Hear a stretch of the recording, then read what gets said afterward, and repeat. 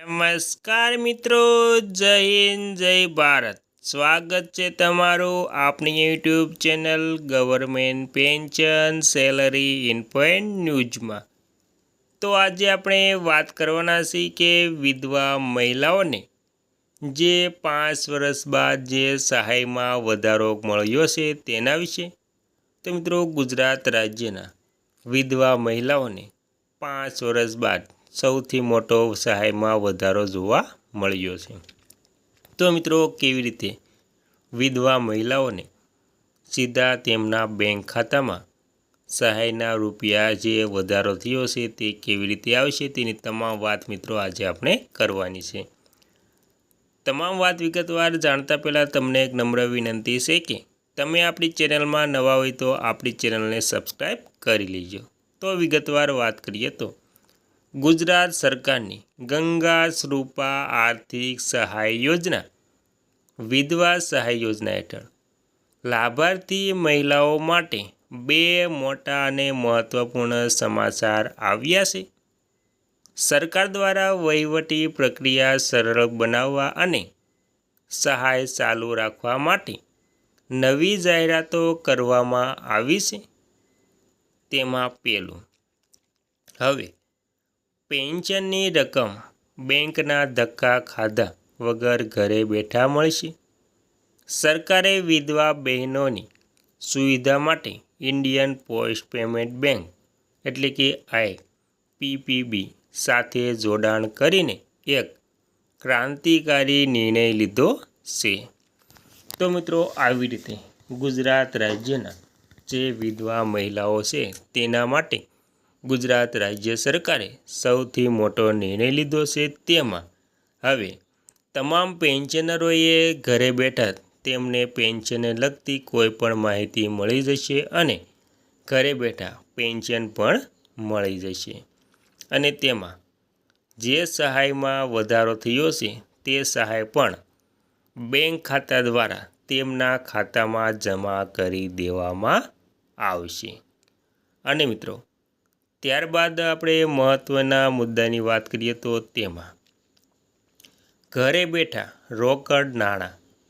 હવે સહાય મેળવવા માટે બેંક કે પોસ્ટ ઓફિસની લાંબી લાઈનોમાં ઊભા રહેવું નહીં પડે. પોસ્ટમેન આપશે સુવિધા, એટલે કે પોસ્ટમેન જે છે તે સુવિધા શું આપશે તો આધાર આધારિત DBT એટલે કે ડાયરેક્ટ બેનિફિટ ટ્રાન્સફર દ્વારા રકમ સીધી ખાતામાં જમા થશે અને પોસ્ટમેન ઘરે આવીને આ નાણાં ચૂકવશે. ત્યારબાદ સ્પેશિયલ કેમ્પ. આ સુવિધા માટે પોસ્ટ વિભાગ દ્વારા ખાસ ઝુંબેશ અને કેમ્પ પણ આયોજિત કરવામાં આવ્યા છે. તો મિત્રો, આ બધી સુવિધાઓ ઘરે બેઠા મળશે.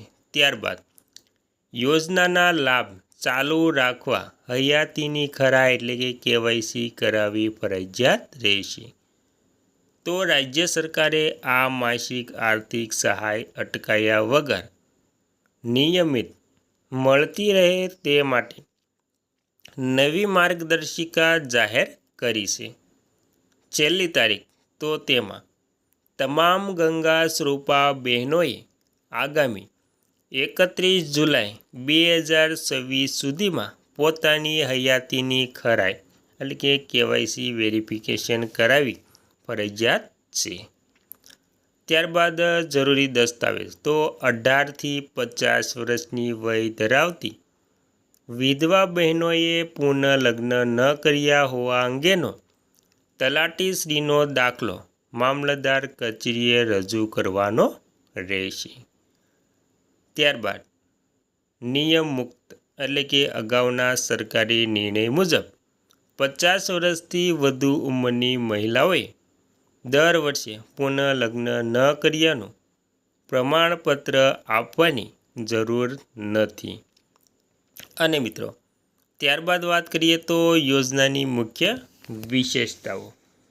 ગુજરાત સરકાર દ્વારા વિધવા મહિલાઓને સન્માનપૂર્વક અને આત્મનિર્ભર જીવન જીવવા માટે આર્થિક પીઠબળ પૂરું પાડવામાં આવે છે. ત્યારબાદ માસિક સહાય યોજના અંતર્ગત પાત્રતા ધરાવતી દરેક મહિલાને દર મહિને ₹1250ની આર્થિક મદદ સીધી ખાતામાં ચૂકવવામાં આવે છે। ત્યારબાદ બજેટની જોગવાઈની વાત કરીએ તો આ યોજનાને વધુ વ્યાપક બનાવવા માટે સરકાર દ્વારા વર્ષ 2026-27ના બજેટમાં ₹2848 કરોડની મોટી જોગવાઈ કરવામાં આવી છે।